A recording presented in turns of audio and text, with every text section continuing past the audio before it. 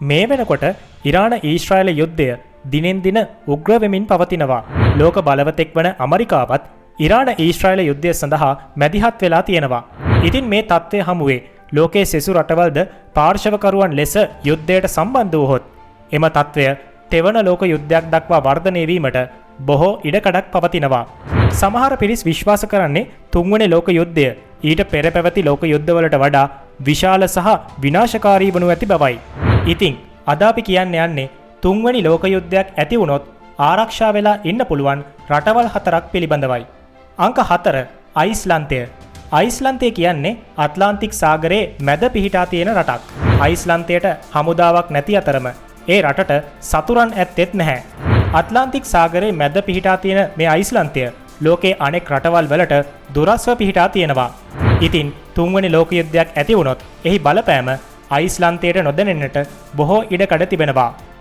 අංක 3 නවසීලන්තය. නවසීලන්තය කියන්නේ පැසිෆික් සාගරයේ පිහිටා තිබෙන අනෙක් රටවලට දුරස්තව තිබෙන රටක්. එය එතරම් දුරින් පිහිටා තිබෙන නිසාම තුන්වන ලෝක යුද්ධයක් ඇති වුණත් එහි බලපෑම ඒ රටට නොදැනෙන්න පුළුවන්. මෘදු දේශගුණයක් සහිතව විශාල භූමි ප්‍රදේශයක පැතිරී තිබෙන මේ රට තමන්ගේ ආහාර අවශ්‍යතා රට තුළම නිෂ්පාදනය කිරීමට පුළුවන් නිසාම බෙහෙවින් ශක්තිමත් රටක් ලෙස නවසීලන්තය පෙන්වා දෙන්න පුළුවන්. අංක 2 භූතානය. හිමාල කඳුවැටියේ නැගෙනහිර ප්‍රදේශයට වන්නට පිහිටා තිබෙන රටක් ලෙස භූතානය හඳුන්වන්න පුළුවන්.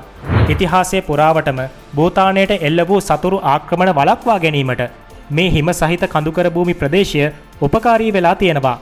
ලොව හුදකලා රාජ්‍යයක් ලෙස හඳුන්වන්නට පුළුවන් මේ රට ගෝලීය වෙළඳාම් මත රඳා නොපවතින අතර තමන්ගේම ආහාර හා අනෙකුත් අවශ්‍යතා සපයා ගැනීමේ හැකියාවක්ද භූතානයට පවතිනවා. අංක 1 ස්විට්සර්ලන්තය.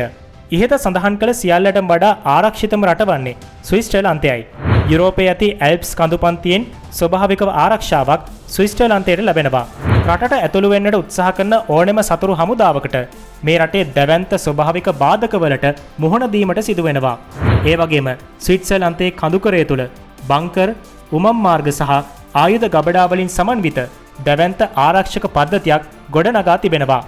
එම නිසා ස්විට්සර්ලන්තය තුන්වන ලෝක යුද්ධයක් ඇති වුවහොත් ආරක්ෂා වෙලා ඉන්න පුළුවන් ආරක්ෂිතම රටක් ලෙස පෙන්වා දෙන්න පුළුවන්. ඉතින් ඉහත සඳහන් කළ රටවලට වඩා ආරක්ෂිත රටක් තිබෙනවාද?